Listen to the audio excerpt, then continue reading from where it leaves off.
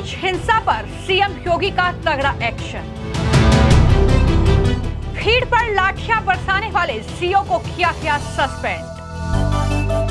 हिंसा में शामिल 55 लोगों को गिरफ्तार कर भेजा गया जेल। बहराइच हिंसा के मामले में सीएम योगी और उनके शासन का तगड़ा एक्शन लगातार जारी है और एक सबसे बड़ी जो कार्रवाई हुई है उसमें दरअसल सीओ महसी रुपेंद्र गौड़ को सस्पेंड कर दिया गया है। ये बड़ी कार्रवाई बहराइच हिंसा के मामले में हुई है। लगातार जो आरोपी हैं उन पर शिकंजा कसा जा रहा है, लेकिन अब ये शासन की तरफ से पहली बड़ी कार्रवाई इस मामले में मानी जा रही है, जहां पर योगी सरकार ने सीओ महसी रुपेंद्र गौड़ को हटाने के बाद अब निलंबित कर दिया है। ये बड़ी जानकारी निकलकर सामने आ रही है। जिस तरीके से बहराइच जिले में महसी क्षेत्र के महाराजगंज कस्बे में दरअसल दुर्गा प्रतिमा विसर्जन के दौरान ये हिंसा भड़की और इसमें एक युवक की जान गई, उस पूरे मामले में अब शासन ने बड़ी कार्रवाई करते हुए सीओ महसी रुपेंद्र गौड़ को हटाने के बाद अब निलंबित कर दिया है और इसके बाद रामपुर में तैनात रहे सीओ रवि खोकर को सीओ महसी के पद पर नियुक्त कर दिया गया है। तो ये शासन का तगड़ा एक्शन जो है वो भी जारी है। दरअसल अब महसी की जगह पर खोकर ने अपना पदभार वहां पर ग्रहण कर लिया है ताकि शांति जो है बहराइच में बनी रहे। उसको लेकर लगातार जो है पुलिस प्रशासन की ओर से गाइडलाइंस जो है वो जारी की जा रही है। बात अगर रुपेंद्र गौड़ की जाए जो उन पर एक्शन हुआ है, दरअसल आरोप उन पर यह है कि जो दुर्गा यात्रा थी उसमें शामिल लोगों पर उन्होंने लाठियां चलवाई, जिसके बाद भीड़ और ज्यादा उग्र हो गई थी। हिंसा में 11 मुकदमे दर्ज किए गए हैं। 6 नामजद आरोपियों के अलावा 1304 अज्ञात लोगों को इसमें आरोपी बनाया गया है और पुलिस ने अब तक इस पूरे मामले में 55 लोगों को गिरफ्तार करके जेल भेजा है। जी हां, 55 लोगों की गिरफ्तारी हो चुकी है, लेकिन बड़ी खबर यह है कि बहराइच में जो हिंसा भड़की उसके चौथे दिन अब सीओ महसी रुपेंद्र गौड़ को सस्पेंड कर दिया गया है। इससे पहले थाना अध्यक्ष हरदी और महसी के चौकी इंचार्ज को सस्पेंड किया गया था, लेकिन अब ये जो है बड़ी कार्रवाई सीओ पर हुई है, जहां पर ये दरअसल सीओ जो है महसी के रुपेंद्र गौड़, उन्हें सस्पेंड करने का फैसला शासन की ओर से लिया गया है। हालांकि बहराइच हिंसा को लेकर तरह तरह के जो अफवाहें हैं वो फैलाने की कोशिश हो रही है। ये तरह तरह की अफवाहें फैलाई जा रही हैं कि दरअसल बहराइच में जो मारा गया है राम गोपाल मिश्रा, दरअसल उसकी गोली मारकर हत्या नहीं हुई है, बल्कि उसके जो शरीर पर चोट के निशान हैं। इस तरीके की बातें की जा रही हैं, लेकिन इन सब के बीच जो पुलिस की ओर से जानकारी निकलकर सामने आई है उसमें यह साफ तौर पर कहा गया है कि दरअसल गोलियों के निशान जो हैं वो उसके शरीर पर थे। बाकायदा पोस्टमार्टम रिपोर्ट ये दावा कर रही है और इस पूरे मामले को लेकर अब पुलिस प्रशासन का क्या कहना है, किस तरीके से इस मामले को लेकर जो दरअसल एसपी हैं वहां के पवित्र मोहन त्रिपाठी, उनकी तरफ से क्या कुछ जानकारी दी गई है, सबसे पहले वो सुनिए। घटित घटना में एक हिंदू व्यक्ति की हत्या किए जाने के संबंध में सोशल मीडिया में सांप्रदायिक सौहार्द को बिगाड़ने के उद्देश्य से भ्रामक सूचना जैसे कंठ लगाना, तलवार से मारना, नाखून उखाड़ना आदि ऐसी बातें फैलाई जा रही हैं जिसमें कोई सच्चाई नहीं है। पोस्टमार्टम रिपोर्ट में मृत्यु का कारण गोली लगने से पाया गया है। इस घटना में केवल एक व्यक्ति की मृत्यु हुई है, किसी अन्य व्यक्ति की इसमें मृत्यु नहीं हुई है। अतः सभी से अनुरोध है कि भ्रामक सूचना न फैलाएं एवं अफवाहों पर ध्यान न दें। सर, करंट लगने को लेकर क्या सच्चाई क्या है? जो पोस्टमार्टम रिपोर्ट में है उसमें केवल गोली लगने से उसकी मृत्यु हुई है। उसमें छर्रे जो 12 बोर के जो छर्रे हैं वो चेहरे पर हैं और आर्म्स पर हैं और कान के उसके आईब्रो के आसपास है। अतः पूर्ण रूप से जो मृत्यु कारण है वो गोली लगने से इसमें पोस्टमार्टम रिपोर्ट में पाया गया है और सभी से अपील है, अनुरोध है कि सांप्रदायिक सौहार्द को बनाए रखने के लिए अफवाहें न फैलाएं, न ही भ्रामक सूचना फैलाएं। सर, क्या पैर के अंगूठों में चोट क्या पाई गई? क्या सीएमओ साहब ने बताया कि पैर के अंगूठों में चोट पाई गई जिससे नाखून निकल गया, या क्या हुआ, क्या है पूरा?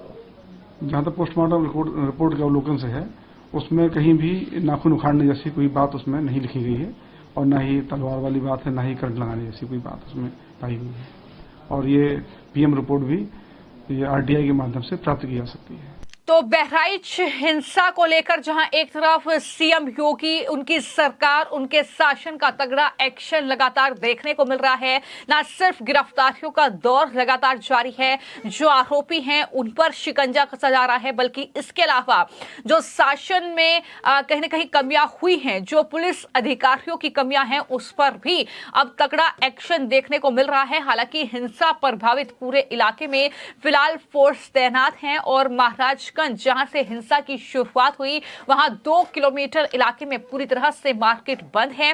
प्रशासन ने लोगों से दुकानें खोलने की अपील की, लेकिन डर की वजह से अभी कोई दुकान नहीं खोल रहा है। हालांकि इस डर को खत्म करने की कोशिश लगातार पुलिस प्रशासन के जरिए वहां पर हो रही है और महसी और हरदी तहसील के प्रभावित इलाकों में ज्यादातर घरों में महिलाएं हैं, पुरुष वहां पर नहीं है।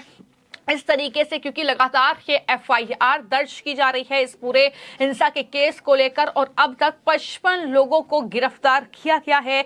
1000 से ज्यादा FIR दर्ज हुई है, जहां पर योगी सरकार लगातार इस हिंसा को लेकर संज्ञान ले रही है। पीड़ितों से मुलाकात सीएम योगी की हुई, वो तस्वीरें भी हमने देखी, लेकिन वहां पर समाजवादी पार्टी इस पूरे मामले को लेकर सियासत करने से बाज नहीं आ रही है। जब अखिलेश यादव से इस हिंसा को लेकर सवाल किया गया तो उन्होंने किस तरीके से योगी सरकार को घेरा और ये कहा कि योगी सरकार तो ये कहती है कि जीरो टॉलरेंस, लेकिन किस तरीके से वो एक कार्यक्रम जो है वो अच्छे से पूरा नहीं करा पा रही है। क्या कुछ उन्होंने कहा है, जरा सुनिए।